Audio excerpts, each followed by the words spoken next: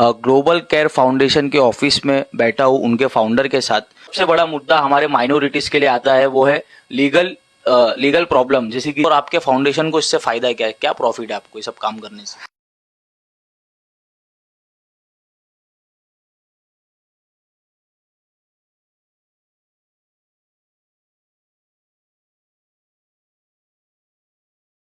Tag news official में आप सभी का स्वागत है। जैसे कि आज मैं ग्लोबल केयर फाउंडेशन के ऑफिस में बैठा हूँ उनके फाउंडर के साथ। तो जैसा कि सोशल मीडिया पे और लोगों के बीच में जो कि लीगल मदद जो की जाती है आज की डेट में, जो कोई हर चीज़ नहीं करता है। बहुत से एनजीओ है, बहुत से फाउंडेशन है जो कि सिर्फ मेडिकल हेल्प और एडमिशन रिलेटेड हेल्प करते हैं। जो सबसे बड़ा मुद्दा हमारे माइनॉरिटीज़ के लिए आता है वो है लीगल प्रॉब्लम, जैसे कि जेल हो गया या एडवोकेट का कुछ इशू हो गया, कोर्ट का कुछ इशू आ गया। उसके लिए ग्लोबल केयर फाउंडेशन आगे आके फ्री में लोगों की मदद करती है। तो आज हम इनका फाउंडर के साथ बैठे। सर, आपका नाम क्या है? मेरा नाम आबिद अहमद। आबिद भाई, जैसा कि आप लोग जो काम कर रहे हो, ग्लोबल केयर फाउंडेशन स्टार्ट कब हुआ, कैसा आपने ये कदम बढ़ाया, आपका प्रोसीजर क्या है, क्या आपका फाउंडेशन करता है लोगों के लिए, आप डिटेल में बताना चाहेंगे? ये फाउंडेशन जो है 2018 में शुरू हुआ है और शुरुआत में यही था कि एक ऐसे प्रोजेक्ट पे काम करना है जो सोसाइटी में लैकिंग है, जिस पर ज़्यादा लोगों का ध्यान नहीं है। तो ये हम देखे कि जेल में ओवर क्राउडिंग बहुत ज़्यादा, और उसके अलावा ओवर क्राउडिंग में भी माइनॉरिटीज़ जो हम बाहर 18 से 20% गिने जाते हैं एज अ माइनॉरिटी, और जेलों के अंदर हमारी परसेंटेज 37+% है हमारी तादाद। तो हमने देखा कि वहाँ पर काम करने की खासी ज़रूरत है, और कोई भी एनजीओ मतलब फोकस होके, बहुत कम ऐसे एनजीओ सोसाइटी के अंदर जो इस फील्ड में काम करने की सोचते हैं। देखो, सभी एनजीओ का अपना एक वैल्यू है। जो एजुकेशन पे काम करते हैं उनका अपना वैल्यू है, मेडिकल पे काम करना, दूसरे सोशल एक्टिविटीज़ करना, सबके अपनी एक वैल्यू है। लेकिन हम लोग उस पे रिपीटिंग काम करने के बजाय कुछ नया काम या ऐसा काम जिस पर ध्यान कम है लोगों का, उस पर काम करने की कोशिश कर रहे हैं। मेनली जो हमारा एनजीओ का थीम है वो क्राइम प्रिवेंशन का है। क्राइम प्रिवेंशन में ये कि सोसाइटी के अंदर क्राइम किस तरीके से रिड्यूस हो सकता है। और हमने देखा कि जेलों के अंदर जो ओवर क्राउडिंग है उसकी एक बड़ी वजह है कि अंडर ट्रायल्स की तादाद बहुत ज़्यादा है। ऐसे कैदी जो छोटे मोटे क्राइम के अंदर जेलों में है और कोर्ट के अंदर उनको जमानत सुना दी जाती है कि वो 15,000 10,000 भरें और वो अपना रिलीज हो सकते हैं, बेल ले सकते हैं। लेकिन गरीबी की वजह से और लैकिंग ऑफ नॉलेज, जिसको मालूमात नहीं होने की वजह से, वकील अच्छा अप्रोच नहीं करने की वजह से काफ़ी चीज़ों में परेशानी होती है और वो लोग रिलीज नहीं हो पाते और काफ़ी देर तक का मतलब कई महीनों तक अंदर रह जाते हैं। तो हमने ऐसे जो अंडर ट्रायल्स है उनको आइडेंटिफाई करना शुरू किया, और हम देखते हैं कि कौन है जो फर्स्ट टाइमर है, पहली बार जेल में गया है, छोटे मोटे क्राइम में गया है, और जिनका बेल ग्रांट हो चुका है लेकिन सिर्फ पैसे नहीं भर पा रहे और बाहर नहीं निकल पा रहे। आप लोगों को कैसा पता चलता है जेन्युइन है या नहीं? हमारे पास स्पेशल परमिशन होती है जेल विजिट की। तो हमारे जो लॉयर्स हैं हमारी टीम के, तो वो जेल विजिट करते हैं, और जेल विजिट करके डायरेक्टली इंटरेक्शन होता है उनका इनमेट्स के साथ में। उनसे इंटरव्यूज लेते हैं, उनका पूरा इन्फॉर्मेशन कलेक्ट करते हैं, काउंसलिंग करते हैं उनकी, और 15, 20, 25 लोगों से काउंसलिंग करने के बाद में 4 से 5 लोग ऐसे निकलते हैं जो जेन्युइनली ऐसा लगता है कि उन पर काम करने की ज़रूरत है। फिर उसका वेरिफिकेशन होता है, ऑनलाइन वेरिफिकेशन, ई कोर्ट वेरिफिकेशन, और घर पर जाकर हम वेरीफाई करते हैं कि उनके घर वालों का क्या बोलना है, वो लोग ने अभी तक क्यों नहीं छोड़ा है, वाकई मजबूरी है या फिर ये हैबिचुअल है। तो वेरिफिकेशन में बहुत सारी चीज़ें क्लियर हो जाती है, हमको एक कॉन्सेप्ट मिल जाए कि ये बंदा डिजर्व करता है निकलने के लिए। फिर वो हमारे लॉयर्स कोर्ट में जाके उनके बिहाफ में अपीयर होते हैं, उनके बिहाफ में कैश अमाउंट भरते हैं हमारी तरफ से, और उनको रिलीज करते हैं। और रिलीज करने के बाद रिहेबिलिटेशन का प्रोसेस है, वो ये नहीं कि सिर्फ रिलीज करके छोड़ दिया। उसके बाद में ये कि उनको जॉब पे लगाना चाहिए या उनका इनकम सोर्स जनरेट होना चाहिए। उनका अगर बहुत कम उम्र है तो उनकी पढ़ाई कंप्लीट होनी चाहिए। मतलब आप लोग जेल से निकालने के बाद भी उनके फ्यूचर को पूरा सेटअप करके देते हैं? बहुत ज़रूरी है, क्योंकि उसमें जेल में जाने की कोई ना कोई वजह तो रही होगी ना। बुरे दोस्त होंगे, नॉलेज नहीं था तो उसने कुछ गलत काम कर लिया, कोई मजबूरी थी इसके लिए कुछ गलत काम कर लिया। अगर वो कैपेबल होता तो वो खुद का जमानत करके निकल जाता। तो वो मजबूरी तो उसके साथ में लगी हुई है। जॉबलेस होगा, अनपढ़ हो, या तो नहीं पढ़ा लिखा होगा, या तो फिर नेटवर्क नहीं है, या तो उसको नॉलेज नहीं है, तो उसको एम्पावर करना बहुत ज़रूरी है। वरना वो हो सकता है कि उसी संगत में, उसी मामले में वापस चले जाए, फिर से जेल में पहुंच जाए। चोरी के केस में अक्सर ये होता है कि शक के बिना पर भी लोग पकड़े जाते हैं। ऑलरेडी केस है, नया केस बन जाता है, तो हम उनको इंस्ट्रक्शन देना पड़ता है कि भाई तेरे पास चोरी का मैटर है, शाम में बाहर नहीं घूमना है, काम के लिए बाहर निकलना है, ज़्यादा वक्त घर में रहना है, काम के लिए जाना है, फिर घर पे आके रहना है। अगर मोहल्ले में लेट नाइट घूमेगा, पुलिस वाले वापस तुमको अरेस्ट कर सकते हैं, तुम्हारे पे केस है। तो उनको काउंसलिंग करना पड़ता है, सारा लीगल प्रोसीजर समझाना पड़ता है। तो आफ्टर रिलीज उन पे काम लगता है, उनको फॉलोअप करना पड़ता है। आपके पास कितनी टीम है ये सब काम करने के लिए global care foundation? Global care foundation Mumbai में हेड ऑफिस है, एक ब्रांच पुणे में है, एक ब्रांच नासिक में है, और हमारे पास 8 एडवोकेट है जो फुल टाइम हमारे लिए ऑन सैलरीड है और पूरा हमारे लिए फोकस्ड काम करते हैं।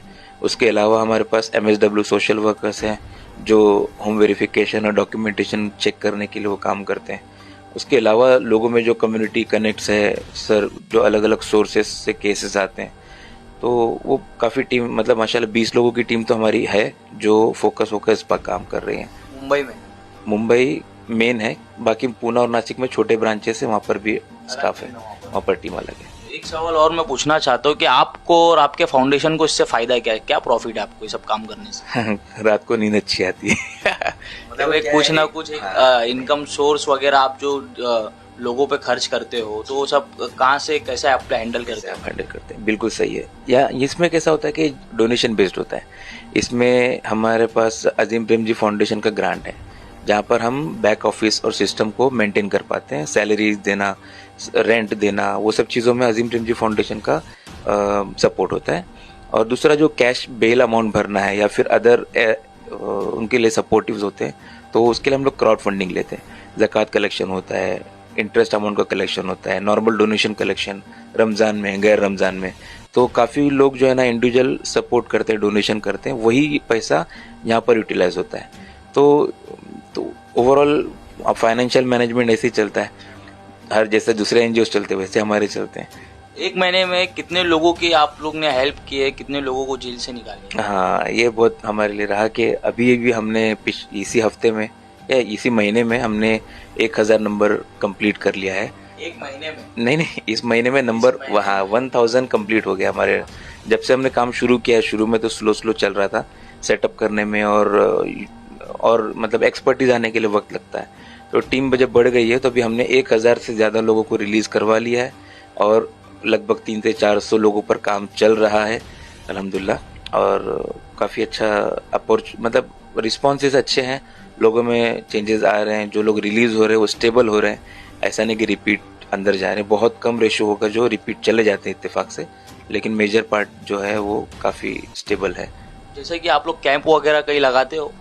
नहीं, कैंप की जरूरत नहीं। उस जेल में कैंप लगाना नहीं होता है ना। जेल एरिया के बाहर लीगल एडवाइस के लिए, लीगल एड क्लिनिक के लिए, ऐसा लीगल एड क्लिनिक हम लोग रन करते हैं, जहाँ पर क्या होता है कि जेल का एक पार्ट है जहाँ पर से जेल में से रिलीज करना है। दूसरा है कि किसी का कोई मसला चल रहा है लेकिन गाइडेंस नहीं है, कोई एडवोकेट उनके लिए नहीं है, या तो एडवोकेट हायर नहीं कर सकते, और अगर केस चल रहा है उनको स्टेटस नहीं पता है कि उनके केस किस हालत में चल रहा है और आगे उसके एक्सपेक्टेशंस क्या है, तो हम लोग फ्री लीगल गाइडेंस का कैंप यानी लीगल एड क्लिनिक रन करते हैं। मुंबई में सैटरडे इवनिंग होता है, गोवंडी में थर्सडे और मुमरा में फ्राइडे। यहाँ पर ऐसे जो क्राइम हब है, केसेस ज़्यादा होते हैं, तो हमारे लॉयर रहते हैं और हम उनको फ्री में लीगल गाइडेंस देते हैं। अगर उनका कोई मसला है तो गाइडेंस देना, केस से रिलेटेड, केस नहीं हुआ है, कुछ डिस्प्यूट है, फैमिली डिस्प्यूट है, प्रॉपर्टी डिस्प्यूट है और मैट्रिमोनियल डिस्प्यूट है, तो उसके ऊपर कैसे हम मीडिएशन कर सकते हैं, कैसे सुलह करवा सकते हैं, उसकी कोशिश होती है। और उसके अलावा अगर किसी का कोई ड्राफ्टिंग का मसला है, रिप्लाई देना है या तो नोटिस भेजना है या तो कुछ चीज़ों में ड्राफ्टिंग की ज़रूरत पड़ती है, वो भी सारा फ्री सर्विसेज। और जितने भी लोग आते हैं हर हफ्ते, अभी आज का दिन सैटरडे है, आज के दिन में अल्हम्दुलिल्लाह 12 से 13 फैमिलीज आई जिनको फ्री लीगल गाइडेंस मिला। हर हफ्ते यहाँ पर भी ऐसे ही होता है और दूसरे ब्रांचेस में भी काफ़ी लोग आते हैं फ्री लीगल गाइडेंस के लिए। तो वो प्रोसेस चलता ही रहता है क्योंकि हमारे लॉयर्स इन हाउस है, तो उन्हीं को यहाँ पर भी हम यूटिलाइज कर लेते हैं कि आप गाइडेंस भी दो लोगों को। उसके अलावा लीगल अवेयरनेस कैंपेन्स सोशल मतलब एरिया लेवल में, स्लम एरियाज में वहाँ के लोगों का अवेयरनेस करना, उनके राइट्स के बारे में, गवर्नमेंट स्कीम्स के बारे में, और लीगल अवेयरनेस में मतलब केसेस कैसे सॉल्व करते हैं, केसेस नहीं होना चाहिए उसके लिए कैसे सोसाइटी में एक अवेयरनेस होनी चाहिए, तो वो भी अवेयरनेस के काम हमारे रेगुलरली चलते हैं। आप लोगों को क्या मैसेज देना चाहते हैं ग्लोबल केयर फाउंडेशन की तरफ से, आपकी टीम की तरफ से? एक तो ये इन्फॉर्मेशन, लीगल एडवाइस एक हमारे थ्रू आप क्या देना चाहते हैं?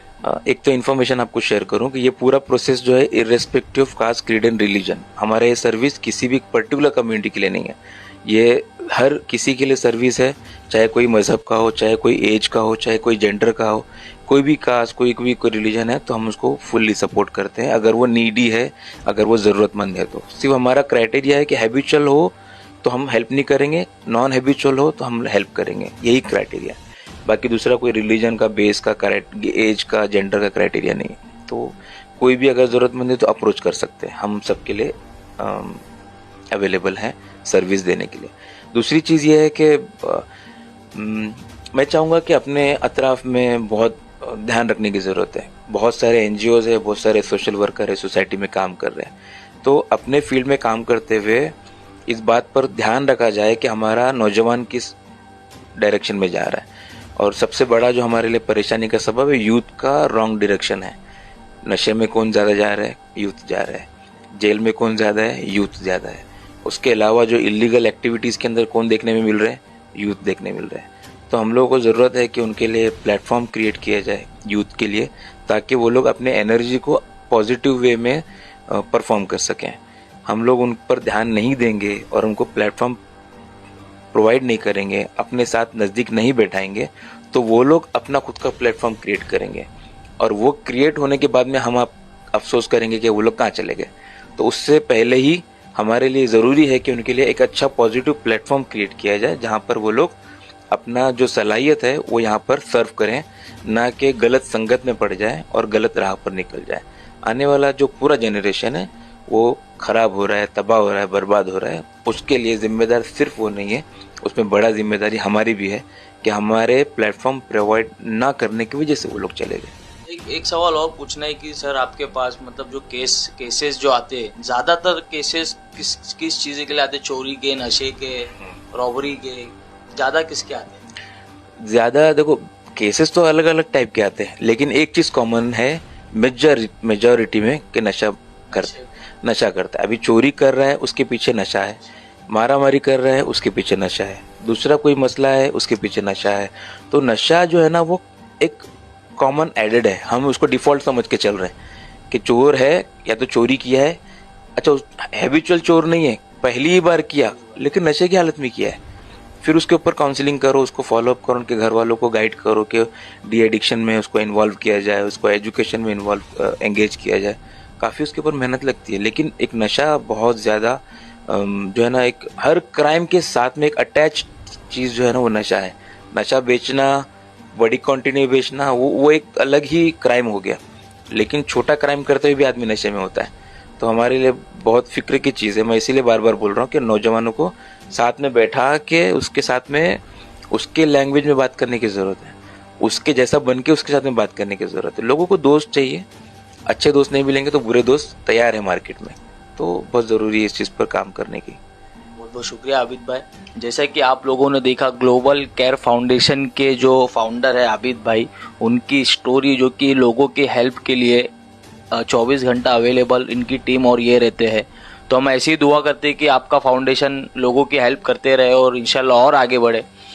तो इस वीडियो को ज़्यादा से ज़्यादा शेयर करिए, हमारा चैनल लाइक करें, सब्सक्राइब करें और शेयर करें। Thank you for watching tag news official. Altamash Sheikh.